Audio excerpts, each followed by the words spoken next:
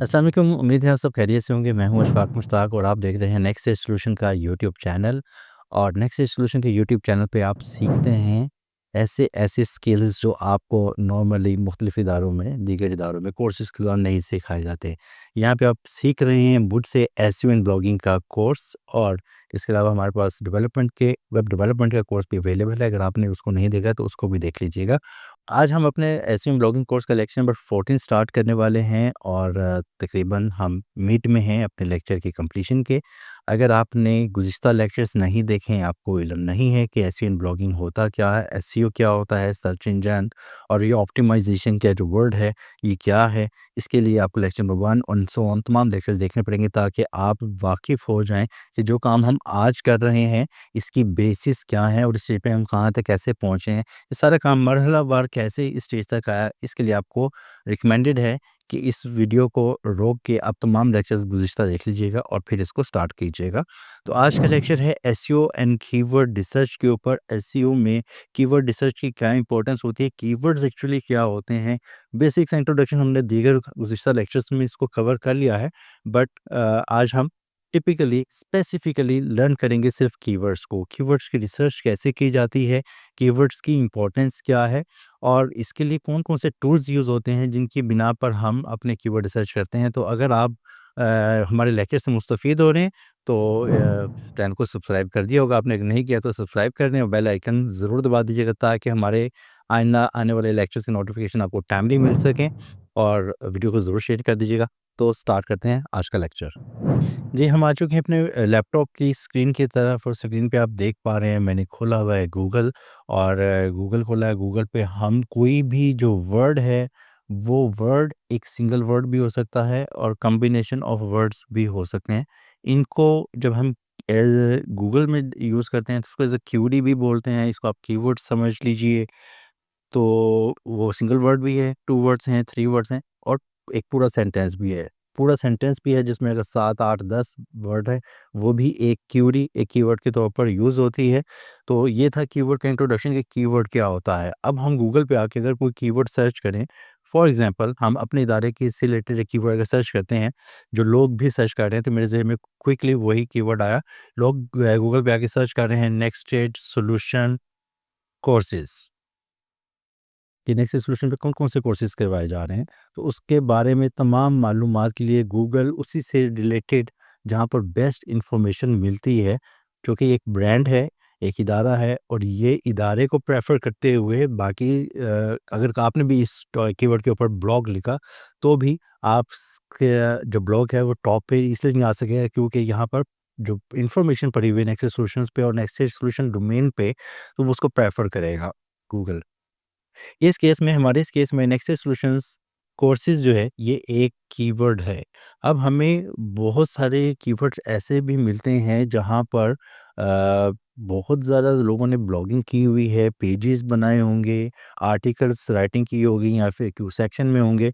तो अब हम उन पे ब्लॉगिंग करते हैं तो उसमें हमें मुश्किलात का सामना करना पड़ता है। फॉर एग्ज़ाम्पल अब यहाँ पे एक एग्ज़ाम्पल लेते हैं जिसको हम पहले भी ट्राई कर चुके हैं। आईफ़ोन का कोई मॉडल या बल्कि एप्पल वॉच को कंसीडर कर लेते हैं। एप्पल वॉच या एप्पल वॉच का कोई स्पेसिफिक मॉडल। अब यहाँ पर हमने गूगल पे सर्च कर लिया, टूल्स पे यहाँ पे क्लिक करते हैं तो आपको पता चलता है कि 3.5 बिलियन रिजल्ट्स इस कीवर्ड पे मौजूद हैं गूगल के पास। 3.5 बिलियन इतने ज़्यादा रिकॉर्ड का मतलब है कि अगर आपने जो नई वेबसाइट हमारे कोर्स को लर्न करते हुए, प्रैक्टिस करते हुए बनाई है, उसके लिए इतने हाईली डेंस कंपटीशन में अ, विन करना एक चैलेंज हो सकता है। और स्पेसिफिकली कि आपने किसी ब्रांडेड कीवर्ड को जब यूज़ किया है, जैसे एप्पल की बात की जाए, तो यहाँ पर दूसरी, तीसरी वेबसाइट को भी मौका नहीं मिल रहा। टॉप पे आपको एप्पल वॉच यानी कि एप्पल डॉट कॉम पे जो इन्फॉर्मेशन है वो नज़र आ रही है।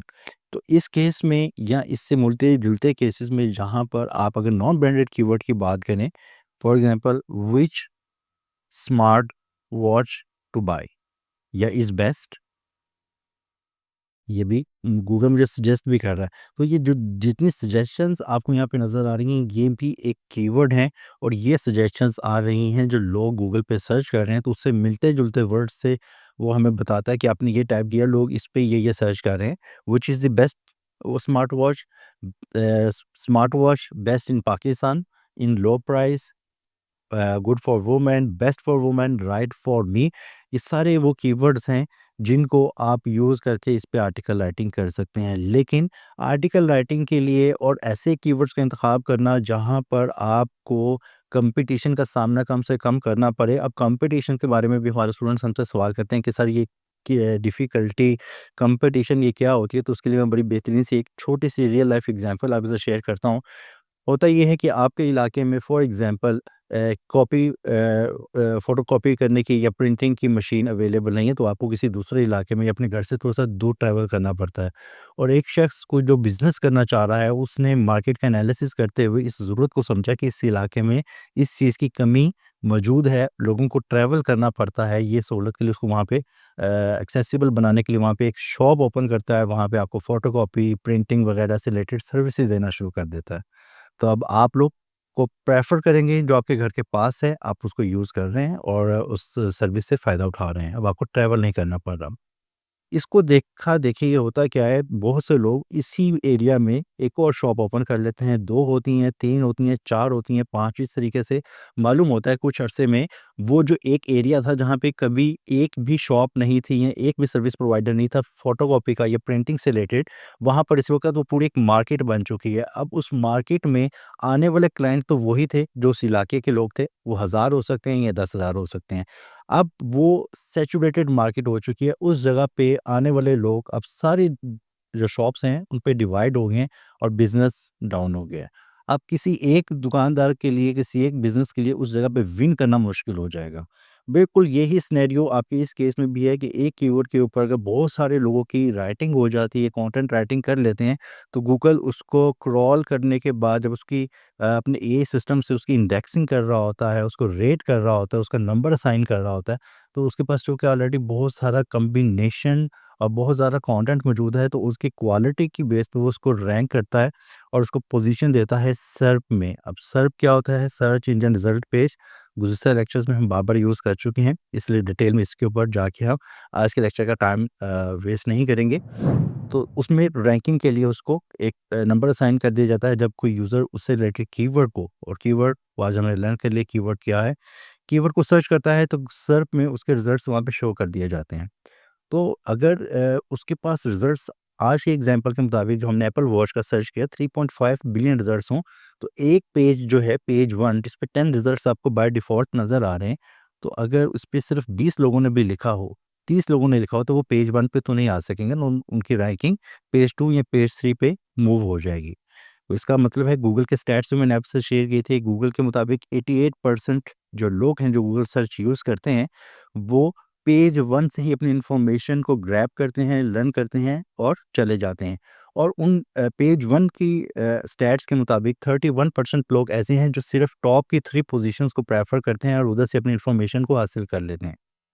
31% लोग सिर्फ पेज 1 की टॉप 3 पोज़ीशंस में रहते हैं। तो इसका मतलब है कॉम्पिटिशन बहुत ज़्यादा है और यूज़र्स के जो बिहेवियर्स हैं, उनको देखते हुए उसको अपने सिस्टम को ऑप्टिमाइज़ रखना पड़ता है ताकि यूज़र उसका प्लेटफ़ॉर्म यूज़ करता रहे, गूगल को यूज़ करे और उसके यूज़र को बेहतरीन इन्फॉर्मेशन जो उसको रिक्वायर्ड थी, उसकी इंटेंशंस को चेक करते हुए कि उसको एक्चुअली करना क्या था। उसको कंपैरिज़न चाहिए था, उसको एप्पल वॉच बाय करनी थी, उसको प्राइस चाहिए थी या वो सिर्फ़ इन्फॉर्मेशन कर रहा है। तो गूगल अपने सिस्टम के मुताबिक अपना एल्गोरिथम जो है उसको उससे इंटेंशन वो यूज़र की चेक करता है और उसको उसके मुताबिक रिज़ल्ट्स वहाँ पे शो कर देता है। तो अब इस तरह के जो अभी हमने डिटेल में डिस्कस किया कि ये इशू आ सकता है आपके साथ, तो उसको कैसे विन करना पड़ता है। अब ये which smart watch is the best ये कीवर्ड है, क्या हमें इसके ऊपर राइटिंग करनी चाहिए या नहीं? तो हमें तो ये नहीं पता कि इसके ऊपर गूगल के पास कितना डाटा मौजूद है, इसके ऊपर काम करना चाहिए, इसकी डिफ़िकल्टी कितनी है कि डिफ़िकल्टी किसी कीवर्ड की चेक करने की जो टर्म होती है उसको बोलते हैं कीवर्ड डिफ़िकल्टी।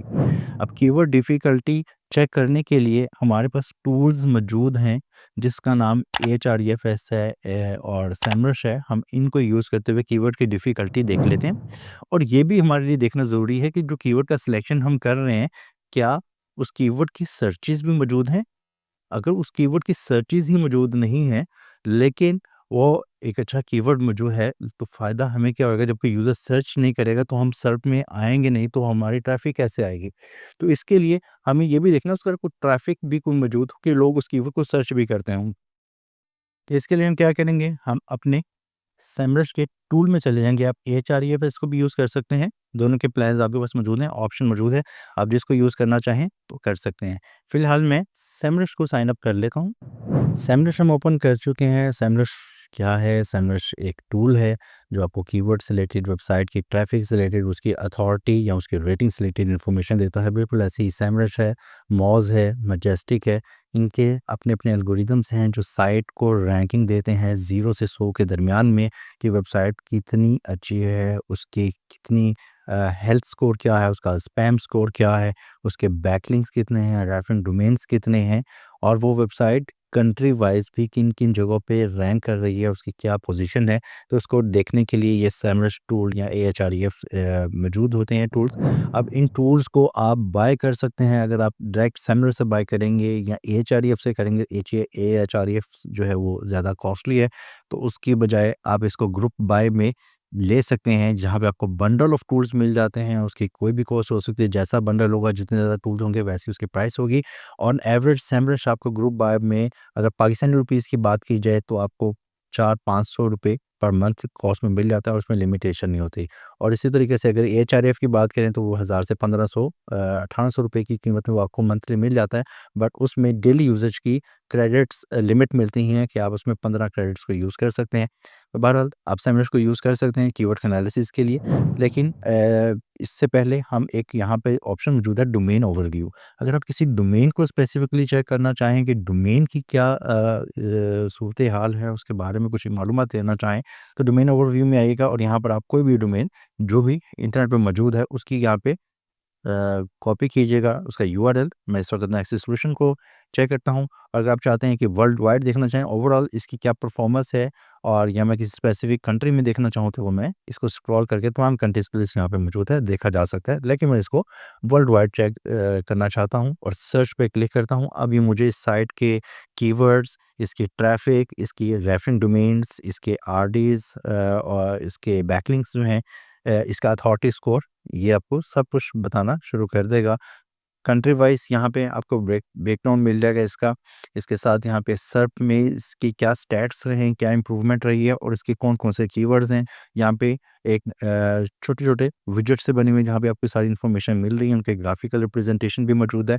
अगर आप डिटेल में किसी एक को देखना चाहें, फॉर एग्ज़ाम्पल यहाँ पर कीवर्ड रिसर्च की बात की जाए, तो इसको व्यू डिटेल पे करेंगे तो अब आपको तमाम कीवर्ड्स जो इसने डिस्कवर किए हैं, वो दिखा देगा, उनकी डिफ़िकल्टी, उसकी पोज़ीशन क्या-क्या रही, वो सारे आपके सामने यहाँ पे आपको नज़र आ जाएँगे। ये इस वक़्त लोड हो रहा है और लोड होते साथ ही यहाँ पर आप इसके कीवर्ड्स देख सकते हैं कि इसके कीवर्ड्स क्या हैं। कनेक्टर डेफिनिशन इन कंप्यूटर, इसकी पोज़ीशन क्या है, 23rd पोज़ीशन है इसकी। 23rd का मतलब है पेज नंबर 3।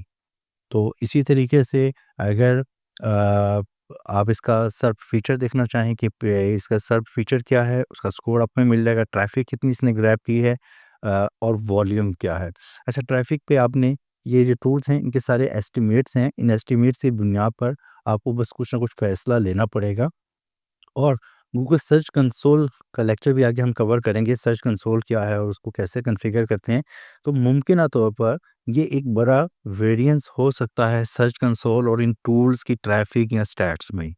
तो क्योंकि सर्च कंसोल का एक अपना सिस्टम है गूगल का, और इनका कैलकुलेशन का, मेज़र करने का जो अंदाज़ है, इसको कैलकुलेट करने का, वो डिफ़रेंट हो सकता है और इस वजह से ये नंबर्स थोड़े से आपको फ्लफ़ी फ़ील हो सकता है। इनएक्यूरेसी हो सकती है इन वर्ड्स में। ये है कीवर्ड डिफ़िकल्टी, 21% डिफ़िकल्टी है। यहाँ पे आप इसके साथ देख रहे हैं आइकन भी आपको नज़र आ रहा है और वो आइकन सा बना हुआ है ग्रीन कलर का। नीचे एक कीवर्ड आपको नज़र आ रहा है, उसके ऊपर 52 है और डिफ़िकल्ट नज़र आ रहा है साथ में। फिर नीचे ग्रीन है और यहाँ पर सुपर डार्क ग्रीन है, वेरी ईज़ी। इसका मतलब है कि आपके जो कीवर्ड्स जो होते हैं, उनकी डिफ़िकल्टी, उनके कॉम्पिटिशन को डिफ़ाइन करने के लिए आपको बता दिया जाता है कि ये कीवर्ड पे आप काम करने जा रहे हैं। इस पे ऑलरेडी कितना कंटेंट मौजूद है और इस पे रैंक करना कितना डिफ़िकल्ट हो सकता है। अब ये रैंकिंग कैसे है इसको यहाँ पे आप देखिएगा, इसका ये केडी का आपके पास ड्रॉप डाउन फ़िल्टर नज़र आ रहा है। इस फ़िल्टर पे आप क्लिक कीजिएगा तो ये बता रहा है कि अगर उसका स्कोर 0 से 14 होगा तो वो वेरी ईज़ी होगा। 15 से 29 है, ईज़ी है। 30 से 49 पॉसिबल है, पॉसिबल मीन्स कि विन कर सकते हैं। बट अगर वो 50 से 16 है तो वो डिफ़िकल्ट है एंड सो ऑन। अगर 55 से 100 में है तो वेरी हार्ड है कि आप उस पे विन कर पाएँ। लेकिन चूँकि हम न्यू वेबसाइट हैं, हमारे अभी सैंडबॉक्स का भी हमें सामना करना पड़ेगा, वो भी एक हमारे लिए बंदिश होगी। तो इसके लिए हम कोशिश करेंगे ये ईज़ी और वेरी ईज़ी के बिटवीन में, यानी कि हम 20 जो केडी है, 20 डिफ़िकल्टी 0 से 20 के दरमियान ऐसे कीवर्ड्स का चुनाव करेंगे जो 0 से 20 के दरमियान में होंगे, जिस पे हमें विन करना थोड़ा-सा आसान होगा।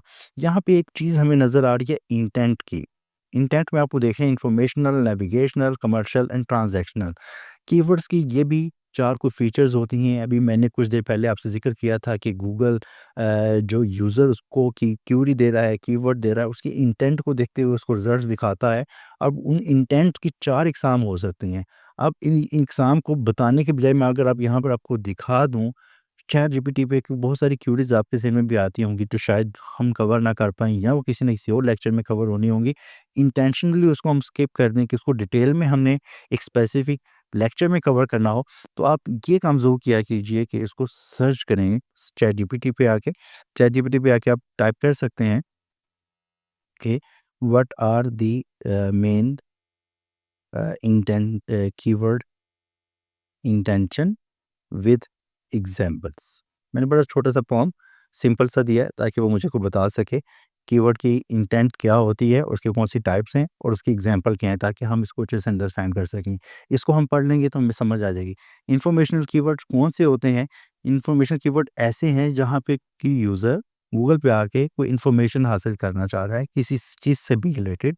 वो उसका टेक हो सकता है, वो हेल्थ हो सकता है या कंपैरिज़न 2 प्रोडक्ट्स का, 2 सर्विसेज़ का कंपैरिज़न। जैसे कि अगर आप ये चाहें कि आपको एस्ट्रा वर्सेस किसी और थीम का कंपैरिज़न करना है या आपने 2 आईफ़ोन्स का कंपैरिज़न करना है, आईफ़ोन वर्सेस सैमसंग करना है, किसी स्मार्ट वॉच का कंपैरिज़न करना है, तो ये एक इन्फॉर्मेशनल इंटेंट है यूज़र की। गूगल और बाकी टूल्स इसको अंडरस्टैंड करते हैं कि इसको क्यों यूज़र सर्च करना चाह रहा है, उसी से रिलेटेड इन्फॉर्मेशन दिखाई जाएगी। इन कीवर्ड के ऊपर आपको ये नज़र नहीं आएगा कि एप्पल की जो वॉच है, वो इतने में मिल रही है, इन स्टोर्स पे अवेलेबल है और आप इसको बाय कर सकते हैं। तो इसको आप ट्राई ज़रूर कीजिएगा। जैसे कि इसकी एग्ज़ाम्पल में बता रहा है what is WordPress, how to install Elementor और एसईओ के टिप्स फॉर बिगिनर्स। ये वो कीवर्ड हैं कि यूज़र इन्फॉर्मेशन चाह रहा है किसी चीज़ के बारे में, किसी चीज़ को प्रॉब्लम उसको फेस करना पड़ रही है, उसका सॉल्यूशन चाह रहा है तो वो इन्फॉर्मेशनल कीवर्ड कंसीडर होगा, उसकी इंटेंट इन्फॉर्मेशनल होगी। नेविगेशनल इंटेंट क्या होती है? नेविगेशनल इंटेंट वो कीवर्ड्स होते हैं जहाँ पे यूज़र नेविगेट करना चाह रहा है। इट्स लाइक जैसे हमारा नेविगेशनल मेन्यू होता है। नेविगेशनल मेन्यू क्या करता है? आप होम पेज पे लैंड हुए हैं, आप यूज़र को सर्विस पेज पे ले जाने के लिए मेन्यू में सर्विसेज़ का एक लेबल लगा देते हैं, उस पे आपने एक आइटम ड्रॉप कर दी है कि यूज़र सर्विसेज़ पे क्लिक करेगा, तो वो सर्विसेज़ पेज पे चला जाएगा। इसी तरीके से आपने देखा होगा अगेन गूगल पे आके इस चीज़ को चेक करते हैं, नेविगेशनल कीवर्ड को लोग कैसे सर्च करते हैं। फॉर एग्ज़ाम्पल मैं फाइवर इसको देखिए फाइवर सर्च किया, फाइवर लॉगिन आ गया। उसने सजेस्ट कर दिया Fiverr login, Fiverr gig image size. ये यूज़र सर्च कर रहे हैं कि हमें फाइवर लॉगिन का पेज दिखाया जाए। अब इस केस में क्या होगा कि आप यूज़र ये चाह रहा है कि उसको फाइवर का लॉगिन पेज चाहिए, उसको फेसबुक का लॉगिन पेज चाहिए, वो एक स्पेसिफिक वेबसाइट पर लैंड करना चाह रहा है। तो गूगल उसी साइट को प्रेफ़र करते हुए, उसको अंडरस्टैंड करते हुए उसका वो लिंक दिखा देगा। अब यहाँ पर फाइवर डॉट कॉम आपको नज़र आ रही है, लॉगिन टू फाइवर, ये फाइवर का कोई ऐड भी चल रहा है, ये स्पॉन्सर्ड है। तो इसको फ़िलहाल इनको इग्नोर करते हैं और यहाँ पे फाइवर के आपको यहाँ पे लिंक नज़र आ रहे हैं, ये आप देख सकते हैं फाइवर के नज़र आ रहे हैं। बट यहाँ पे टूल्स में आके चेक करें तो उसके रिज़ल्ट्स कितने मौजूद हैं, इसके रिज़ल्ट है 17 मिलियन रिज़ल्ट्स और ये 17 मिलियन रिज़ल्ट्स का मतलब है कि सारे ये रिज़ल्ट्स फाइवर के नहीं हो सकते। तो इट मीन्स कि ये इस पे और भी लोगों ने ब्लॉगिंग की होगी, कोई ना कोई आर्टिकल राइटिंग की होगी। तो इस केस में क्या होगा, अगर आप भी ऐसे कीवर्ड पे कोई आर्टिकल राइटिंग करते हैं, तो आपको उसका कोई ख़ास फ़ायदा नहीं होगा। वो इसलिए नहीं होगा, यूज़र को फॉरवर्ड लॉगिन पेज चाहिए। आपकी डोमेन कोई भी है xyz.com, उसका पे लिंक उनको नहीं चाहिए था, क्योंकि वहाँ से आप उसको फिर अगेन एक लिंक देंगे कि यहाँ से जाके आप लॉगिन कर लें। आप वहाँ पे उसको लॉगिन नहीं करवा सकते। तो गूगल आपके लिखे हुए जो आर्टिकल है उसको इग्नोर करते हुए आपकी कोई ना कोई पोज़ीशन तो डेफ़िनिटली मिल जाएगी। वो चाहे 100 प्लस हो, लेकिन प्रेफ़र क्या होगा, 5 वर्ड का पेज या फेसबुक का पेज, ये जो इंटेंट यूज़र की थी। नेविगेशनल कीवर्ड्स के बारे में हम जान चुके हैं, इन्फॉर्मेशन देख लिया। थर्ड इसकी इन्फॉर्मेशन है ट्रांजैक्शनल इंटेंट, और फोर्थ है कमर्शियल। तो कमर्शियल को आप समझ जाइए कि वो इंटेंट यूज़र की जो बाइंग डिसीजन कर चुका है, वो बाय करना चाह रहा है और प्रोडक्ट को, अब वो उससे रिलेटेड कोई कीवर्ड डालता है गूगल में, तो उसके गूगल वो रिजल्ट दिखाएगी कि इसको बाय करना है, तो बाइंग से रिलेटेड जो बेस्ट रिजल्ट्स उसके पास मौजूद होंगे, जो स्टोर्स उस प्रोडक्ट को या सर्विस को ऑफर कर रहे होंगे, उसको वहाँ पे लिस्ट कर दिया जाएगा। तो इसमें क्या है, यूज़र के इंटेंट क्या है कि प्रोडक्ट्स या सर्विस से रिलेटेड वो कोई डिसीजन बनाना चाहता है, इवैल्यूएट कर चुका है और अब वो बाइंग चाहता है। तो इससे रिलेटेड जो कीवर्ड्स होंगे उनको कमर्शियल गिना जाएगा। और ट्रांजैक्शनल क्या है, user is already to take action such as making purchase, sign ups and downloading. तो वो डिसीजन मेकिंग कर चुका है, वो ट्रांज़ैक्शन करना चाहता है, चाहे वो डाउनलोडिंग भी हो। उससे रिलेटेड जब वो कीवर्ड को सर्च करता है, buy WooCommerce templates, SEO course near me, या द वर्डप्रेस प्लगइन डाउनलोड, तो ये जो इस टाइप के जो कीवर्ड्स होंगे, इनको ट्रांजैक्शनल इंटेंट में कंसीडर किया जाता है। और कमर्शियल और इसका फ़र्क क्या है, यहाँ पे comparing product service before making decision. जब ट्रांजैक्शन है फाइनल हो चुका है, इसलिए मैंने कमर्शियल को पहले बयान कर दिया था। कमर्शियल में जहाँ पे उसने अभी डिसीजन मेक करना है, कोई कंपैरिजन से रिलेटेड चीज़ हो गई, या वहाँ पर वो इसकी स्पेक्स देखना चाह रहा है, फीचर्स क्या हैं, उसके प्रोस एंड कॉन्स देखना चाह रहा है, रिव्यूज़ देखना चाह रहा है, तो अभी वो डिसीजन मेकिंग कर रहा है। और जब उसने फाइनल डिसीजन कर लिया कि मैंने इसको बाय करना है, और वो अब बाइंग के कीवर्ड्स के साथ, क्यूरी के साथ वो हम पे सर्च करेगा, तो उसको वहाँ पर ऐसे जो कीवर्ड्स होंगे उनको ट्रांजैक्शनल इंटेंट के तहत कंसीडर किया जाएगा, और उसके मुताबिक उसके रिजल्ट्स दिखाए जाएंगे। अब वापस हम आते हैं अपने सेमरश में, और सेमरश में हम यहाँ पर चेक कर लेते हैं कि जो मैजिक टूल है, कीवर्ड मैजिक टूल, और यहाँ पर आके हम कोई क्यूरी को ऐड करके देखते हैं कि हमारा जो कीवर्ड है, कोई भी स्पेसिफिक हेल्थ से रिलेटेड कोई कीवर्ड सर्च कर लेंगे, टेक से रिलेटेड सर्च कर लेंगे, कि उसके बारे में सेमरश के पास क्या इन्फॉर्मेशन मौजूद है और हमें क्या उस कीवर्ड को सिलेक्ट करना चाहिए। फॉर एग्जांपल, हम यहाँ पर अगेन इसी एग्जांपल को कंसिडर करते हुए एप्पल वॉच को अगर सर्च करें, और ये यूएस, आप देख रहे हैं यूएस में सर्च कर रहे हैं। अगर आप किसी स्पेसिफिक कंट्री को टारगेट कर रहे हैं, तो आपको स्पेसिफिक कंट्री में उस कीवर्ड की पोजीशन देखनी है।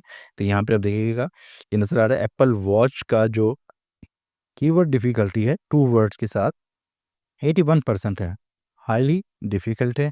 उम, फिर है एप्पल वॉच सीरीज़ 9, इसका स्कोर 63 है, अगेन डिफ़िकल्ट है। और इसी तरीके से मुख्तलिफ़ कॉम्बिनेशन जो हैं उसी कीवर्ड से मिलते-जुलते, how to unpair Apple Watch 9, Apple Watch Series 3, ये एप्पल वॉच के कॉम्बिनेशन ऑफ कीवर्ड्स हैं जो कि लोग सर्च करते हैं, और हर कीवर्ड से रिलेटेड आपको यहाँ पर उसकी स्टैट्स मिल जाती हैं। अब स्टैट्स में क्या मौजूद है, वॉल्यूम चेक कीजिएगा। एप्पल वॉच का वॉल्यूम है 1.5 मिलियन, कि लोग इसको माना इतने लोग सर्च करते हैं। कीवर्ड डिफ़िकल्टी 81% है। यहाँ पे इसकी इंटेंट भी आपको शो की जा रही है, ये नेविगेशनल कीवर्ड है।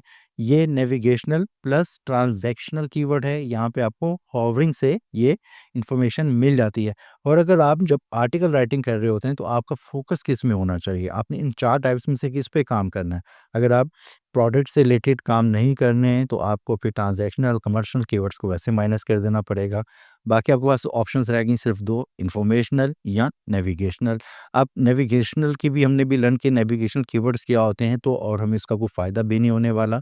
तो इस केस में हमें नेविगेशनल को भी स्किप करना पड़ेगा। तो हमारे पास रहेगी सिर्फ एक ही कीवर्ड की जो इंटेंशन है वो है इन्फॉर्मेशन। तो हमें सिर्फ इन्फॉर्मेशनल कीवर्ड्स मिलने जिसमें हम रैंक करें।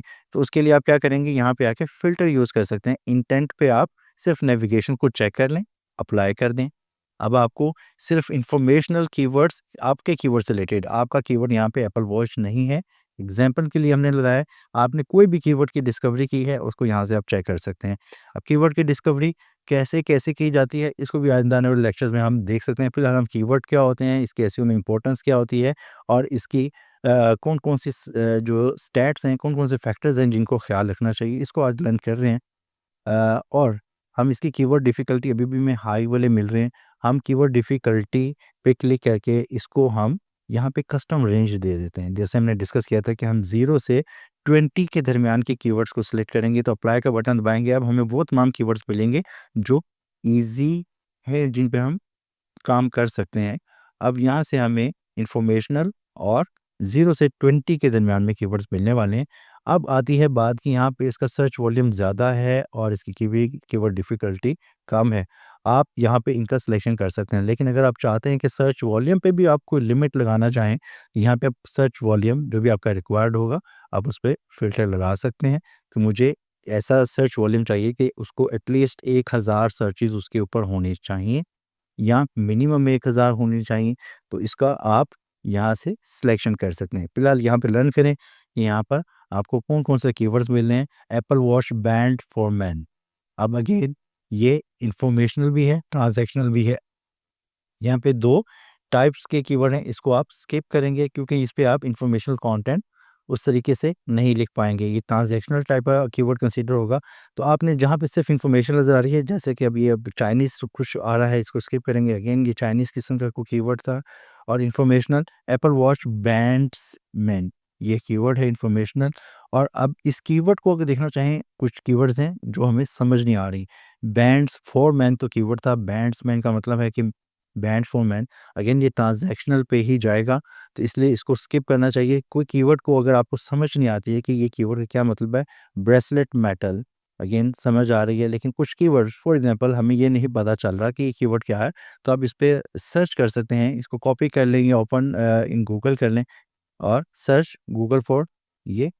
आप इस पे क्लिक करेंगे तो अब आपको एप्पल वॉच ब्रेसलेट मेटल यहाँ पे मिल जाएँगे। आपको पता चल जाएगा, अच्छा ये एप्पल के ब्रेसलेट, इसके जो बैंड्स है उससे रिलेटेड जो कंटेंट है, इसकी कोई फिक्सिंग से रिलेटेड कि इसको इंस्टॉल कैसे करना है, कोई टूट जाए इसको रिपेयर कैसे करना है, इसकी मेंटेनेंस कैसे करनी है, तो ये इन्फॉर्मेशनल हो सकता है। लेकिन अगर स्पेसिफिक बैंड्स की बात की जाए तो ये ट्रांज़ैक्शनल है या कमर्शियल इंटेंट का हो सकता है, तो इसलिए आपने इसको स्किप करना है। अब कीवर्ड की डिस्कवरी हम कैसे-कैसे कर सकते हैं? अगेन चैट जीपीटी पे जाते हैं, कीवर्ड की डिस्कवरी कैसे करते हैं? वो डिस्कवरी के लिए आपका कोई भी निश का जो सिलेक्शन आपने किया है, आप टेक के हैं, आप क्रिप्टो करेंसी के हैं, आप हेल्थ के हैं, फैशन के हैं, या होम इम्प्रूवमेंट से रिलेटेड आपका ब्लॉग है, फूड से रिलेटेड आपका ब्लॉग है, आप उसकी कीवर्ड जो हैं डिस्कवरीज़ चैट जीपीटी से करवा सकते हैं आइडिया के लिए। और उस आइडिया को हम जाके सैमरिश में जैसे एप्पल वॉच को सर्च किया, बिल्कुल ऐसे ही कर लेंगे। फॉर एग्ज़ाम्पल एक मैं यहाँ पे इसको कीवर्ड प्रॉम्प्ट देने वाला हूँ कि I am food blogger for example and please and please list down some of the good keyword ideas. अब ये हमें ब्लॉगिंग से फूड की ब्लॉगिंग से रिलेटेड को कीवर्ड के आइडियाज़ देगा, इन्फॉर्मेशनल कीवर्ड्स के। और ये easy dinner recipe for beginners, ये एक कीवर्ड उसने हमें दे दिया। इसी तरीके से आप अपनी जो भी निश है, उस निश का प्रॉम्प्ट देते हुए इससे बातचीत करें, कम्युनिकेट करें और देखें कि किस प्रॉम्प्ट से कितने अच्छे रिज़ल्ट्स आपको मिलते हैं।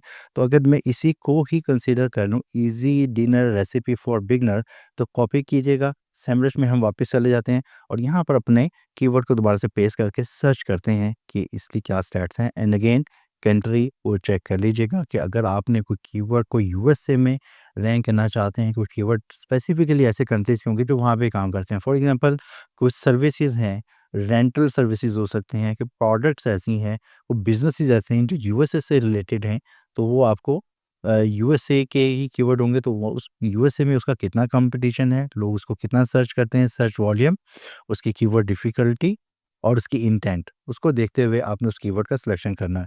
अब ये पूरे जो मुझे कीवर्ड का एक आइडिया मिला, इसको मैंने सर्च किया तो यहाँ पे रिज़ल्ट्स नहीं मिले और इसकी रिज़ल्ट्स ना मिलने की वजह ये है, इंटेंट और कीवर्ड डिफ़िकल्टी पे फ़िल्टर लगा हुआ था। इनको मैं रिमूव करता हूँ और मैं देखता हूँ कि ईज़ी डिनर रेसिपी पे कुछ मुझे डाटा फ़ेच होता नज़र आ रहा है। Easy dinner recipe for beginners 2400 volume है, कीवर्ड डिफ़िकल्टी अगेन इसकी हाई है। इसी तरीके से आप यहाँ पर इसको गूगल में भी सर्च कर सकते हैं और इससे मिलते-जुलते कीवर्ड्स को यहाँ से एक्सप्लोर कर सकते हैं। जैसे मैंने एप्पल वॉच पे भी फ़िल्टर लगा के अपना डाटा देख लिया था। तो हमने आज के लेक्चर में जाना कि कीवर्ड्स क्या होते हैं, कीवर्ड की क्या टाइप्स हैं, शॉर्ट टेल, लॉन्ग टेल जो हेड टेल भी उसको बोलते हैं, 2 वर्ड्स पे मबनी है, और अगर वो लॉन्ग टेल है मतलब उसमें कॉम्बिनेशन ऑफ वर्ड्स हैं। तो ये इनकी टाइप्स क्या होती हैं इंटेंशन वाइज़, और इनको सर्च करने के लिए कौन-कौन से टूल्स मौजूद होते हैं, कीवर्ड डिफ़िकल्टी क्या है, और डिफ़िकल्टी के साथ सर्च वॉल्यूम क्या है, इंटेंट क्या है, सब चीज़ों को लर्न किया। कीवर्ड की डिस्कवरी भी हम चैट जीपीटी से करवाई, बट ये डिस्कवरी आपका फाइनल ब्लॉगिंग टॉपिक नहीं है। ठीक हो गया? आपने एक आइडिया लिया, उस आइडिया को आप एक्सप्लोर करते हैं गूगल पे आके या सेमरश पे आके, वहाँ से आप कीवर्ड की डिस्कवरी करते हैं, फाइनल करते हैं, सिलेक्शन करते हैं अपने क्राइटेरिया के मुताबिक, और उसको ब्लॉगिंग के लिए आप चूज़ करते हैं। अगर वो आपकी नीश से रिलेटेड है, आपकी पसंद से रिलेटेड है कि आप उस पे लिखना चाहते हैं, उसके बाद हम आर्टिकल राइटिंग स्टार्ट करेंगे। तो नेक्स्ट आने वाले लेक्चर में हमने एक कीवर्ड की डिस्कवरी पूरी प्रॉपर्ली लाइव आपके सामने करनी है, और उसके ऊपर ब्लॉग राइटिंग भी करनी है, और ये भी बताएँगे ब्लॉग राइटिंग कैसे करनी है, कौन-सा टूल यूज़ करेंगे, और खुद कैसे लिखेंगे, उसका एआई से अगर लिखवाएँगे तो एआई चेक कैसे करना है, और उसको ह्यूमनाइज़ कैसे करना है, तो ये सब चीज़ें हम आने वाले लेक्चर में कवर करेंगे। तो आज का इन्फॉर्मेटिव लेक्चर उम्मीद है आपको पसंद आया होगा, पसंद आया तो लाइक कर दीजिएगा, और चैनल को सब्सक्राइब नहीं किया तो ज़रूर कीजिएगा, और बेल आइकन के बगैर तो फ़ायदा कोई नहीं होने वाला सब्सक्राइब का, क्योंकि नोटिफ़िकेशन आपको नहीं मिलेगा। और आप पे सवालात हैं आज के लेक्चर के हवाले से स्पेसिफिकली, तो क्वेश्चन अपने कमेंट सेक्शन में कीजिएगा, मैं उसके रिस्पॉन्स आपको लाजिम दूंगा, और अगर उस पर वीडियो बनाना मकसूद हुई तो उस पर स्पेसिफिकली वीडियो भी बनाएंगे। तो उस वीडियो का फ़ायदा आपको कब होगा कि अगर आपको नोटिफिकेशन मिलेगा तो। मिलते हैं बहुत जल्द नए टॉपिक के साथ, नए लेक्चर के साथ, तब तक के लिए अल्लाह हाफिज़।